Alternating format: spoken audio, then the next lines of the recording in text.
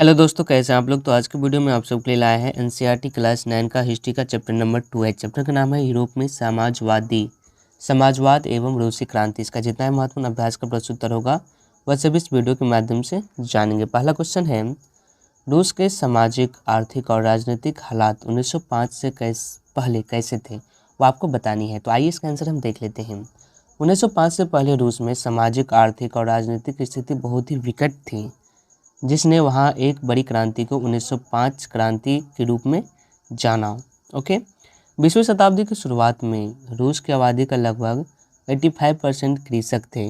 रूस अनाज का एक प्रमुख निर्यातक था। अधिकांश उद्योग निजी उद्योगपतियों द्वारा चलाए जा रहे थे। व्यापक प्रसार, भ्रष्टाचार और शोषण के कारण कभी कभी श्रमिकों को न्यूनतम मजदूरी भी नहीं मिलती थी और काम के घंटे की कोई सीमा भी नहीं थी। रूस एक निरंकुश शासक था और जार द्वारा शासित था। जार विशेष रूप से जार निकोलस एक स्व इच्छाधारी, भ्रष्ट, दमनकारी शासक था। उन्होंने लोक कल्याण को नज़रअंदाज कर दिया, जिसके परिणाम स्वरूप किसानों और श्रमिकों की स्थिति में बहुत खराब हो गई थी। मजदूर और किसान दोनों ही बटे हुए थे। किसानों में अक्सर किराया देने से इनकार कर दिया और जहाँ तक कि जमींदारों की हत्या कर दी। पश्चिमी यूरोप देशों द्वारा लोकतांत्रिक प्रयोगों से प्रभावित होने के कारण ऋषियों ने भी एक जिम्मेदार सरकार की मांग की, लेकिन उनकी सभी मांगों को ठुकरा दिया गया। यहाँ तक कि उदारवादी सुधारकों ने क्रांतियों की बात करना शुरू कर दिया एवं जार निकोलस के शासक के दौरान विशेषाधिकार प्राप्त लोगों को विशेष अधिकार प्राप्त थे, जबकि श्रमिकों और किसानों सहित आम जनता का सरकार में कोई कहना नहीं था। स्थिति इतनी विस्फोटक हो गई कि उदारवादियों ने इस राज्य को समाप्त करने का अभियान चलाया। रूसी सोशल डेमोक्रेटिक वर्कर्स पार्टी की स्थापना 1898 में समाजवादी ने की थी, जो मार्क्स के विचारों का सम्मान करते थे। 1903 में एक पार्टी को दो समूह में बांटा गया। वे सेविक और बोल्शेविक, जो बहुत बहुमत में थी, का नेतृत्व लेनिन ने किया था, जिन्हें मार्क्स के बाद समाजवाद का सबसे बड़ा विचारक माना जाता है। नेक्स्ट क्वेश्चन नंबर 2 है, 1917 से पहले रूस के कामकाजी आबादी यूरोप के बाकी देशों के मुकाबले किन किन स्तरों में विभिन्न था। तो रूस के लोगों की स्थिति विशेष रूप से किसानों और कारखाने के श्रमिकों की तरह काम करने वाली आबादी अन्य यूरोपीय देशों की तुलना में बहुत खराब थी। यह मुख्य रूप से जार निकोलस की निरंकुश सरकार के कारण था, जिसने अपनी भ्रष्ट और दमनकारी नीतियों के द्वारा इन लोगों को दिन प्रतिदिन विरोध किया। किसान ने भूमि पर कृषि मजदूर के रूप में काम किया और उनके अधिकांश उपज भूमि मालिक को और विशेषाधिकार प्राप्त वर्गों के हाथों में चली गई। बड़प्पन ताज और रूढ़िवादी चर्च के पास बड़ी संपत्ति थी। हालांकि ये किसान आमतौर पर गहरे धार्मिक थे, लेकिन कुलीनों के लिए उनके मन में कोई सम्मान नहीं था। यूरोपीय देशों में किसानों ने रईसों का सम्मान किया और उसके लिए लड़ाई लड़ी, लेकिन रूस में किसान चाहते थे कि वे रईसों की जमीन उन्हें दी जाए। विभिन्न दमनकारी नीतियों और हताश के कारण अक्सर उन्होंने किराया देने से इनकार कर दिया और जहां तक कि जमींदारों की हत्या कर दी। कारखाने के मजदूरों की हालात भी उतनी ही दयनीय थी। वे अपनी पीड़ा व्यक्त करने के लिए किसी भी व्यापार संघ और राजनीतिक दलों का गठन नहीं कर सकते थे। ओके, अधिकांश निजी उद्योगपतियों द्वारा चलाए जा रहे थे। उन्होंने अपने स्वार्थी सिरों के लिए श्रमिकों का शोषण किया। कई बार श्रमिकों को न्यूनतम निश्चित मजदूरी भी नहीं मिलती थी। हमारे काम करने की कोई सीमा नहीं थी, जिसके परिणाम स्वरूप उन्हें दिन में 12 से 15 घंटे काम करना पड़ता था। उनकी स्थिति इतनी दयनीय थी कि 1917 की रूसी क्रांति की शुरुआत तक उसके पास न तो राजनीतिक अधिकार थे और न ही कोई सुधार पाने की उम्मीद थी। ओके, नेक्स्ट क्वेश्चन नंबर 3 है, 1917 के जार के शासन क्यों खत्म हो गया। तो रूसी लोगों की स्थिति विशेष रूप से किसानों और कारखानों के श्रमिकों की तरह काम करने वाले लोगों की स्थिति बहुत दयनीय थी। यह मुख्य रूप से जार निकोलस की निरंकुश सरकार के कारण था, जिससे अपनी भ्रष्ट और दमनकारी नीतियों द्वारा इन लोगों को दिन प्रतिदिन विरोध किया। ऐसी नीतियों के परिणाम स्वरूप 1917 में उनकी निरंकुश ध्वस्त हो गई।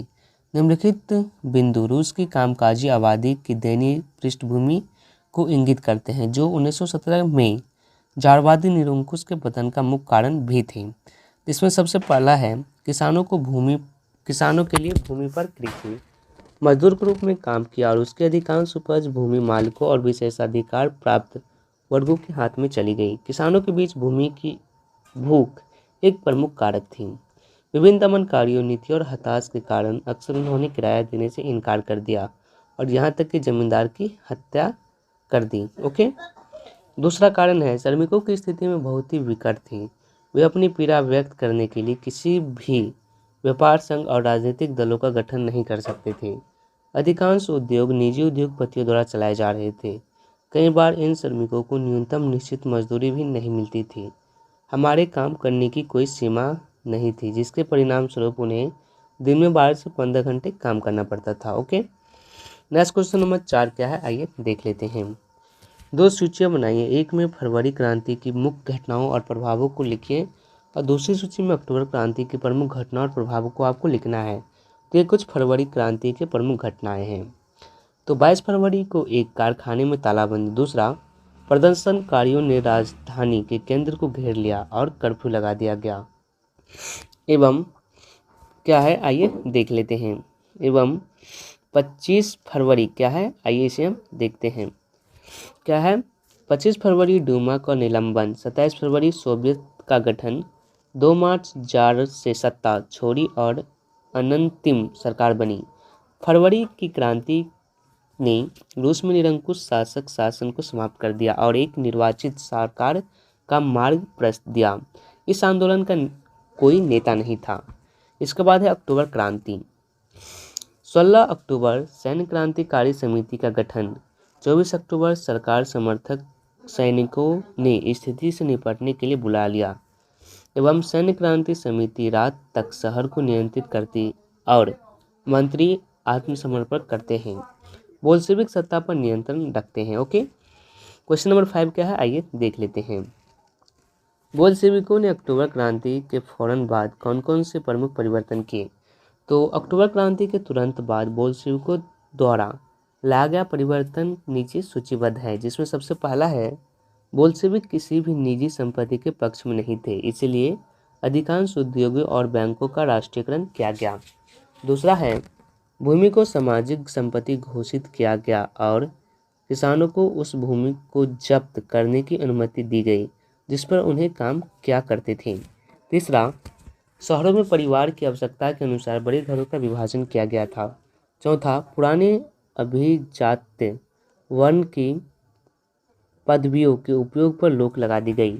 चौथा, परिवर्तन का दावा करने के लिए बोल्शेविकों ने सेना और अधिकारियों के लिए नई वर्दी पेश की। एवं नेक्स्ट है बोल्शेविक पार्टी का नाम बदलकर रूसी कम्युनिस्ट पार्टी बोल्शेविक रख दिया गया।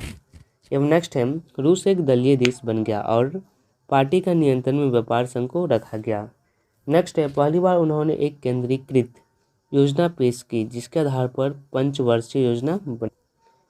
तो आइए चलते हैं हम नेक्स्ट क्वेश्चन की तरफ। निम्नलिखित के बारे में आपको संक्षिप्त में लिखना है। पहला है कुलम, दूसरा है ड्यूमा, तीसरा है 1900 से 1930 के बीच महिला कामगार, इसके बाद है उदारवादी, इसके बाद है स्टालिन का सामूहिकरण कार्यक्रम। तो आइए पहले कुलक के बारे में जानते हैं। कुलक क्या है? तो वे खुशहाल समृद्ध किसान थे। 1927-28 तक सोवियत रूस के शहर अनाज की क्या है, आइए देख लेते हैं, आपूर्ति के तीव्र समस्या का सामना कर रहे थे।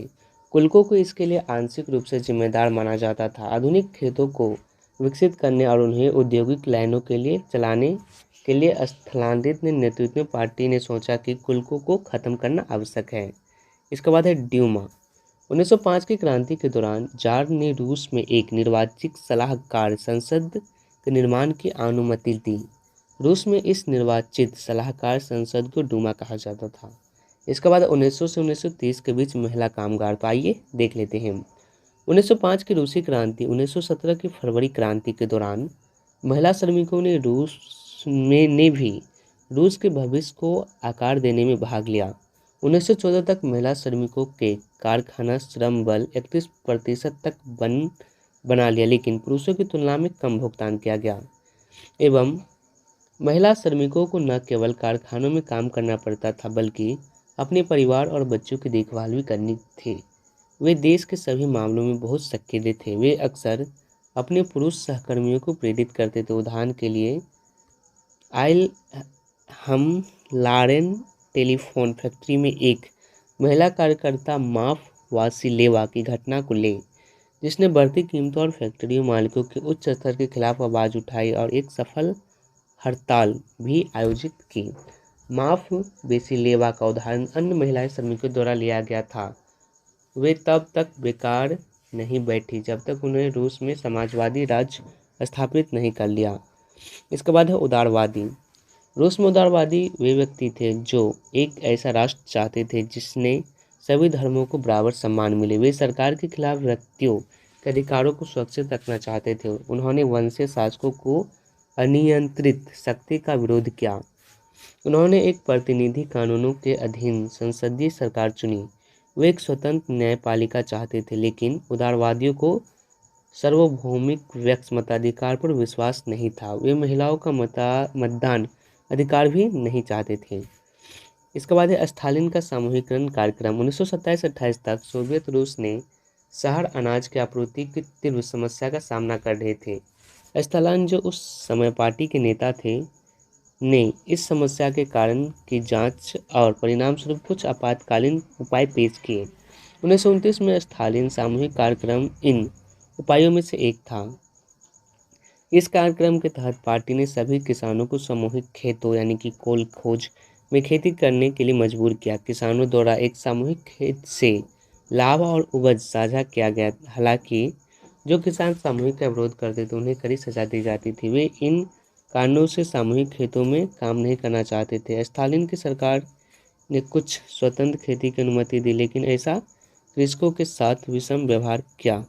तो आज के वीडियो में बस इतना ही। वीडियो पसंद आया तो वीडियो को लाइक कीजिएगा, चैनल को सब्सक्राइब जरूर कीजिएगा और यह वीडियो देखने के लिए आप सभी का बहुत बहुत धन्यवाद।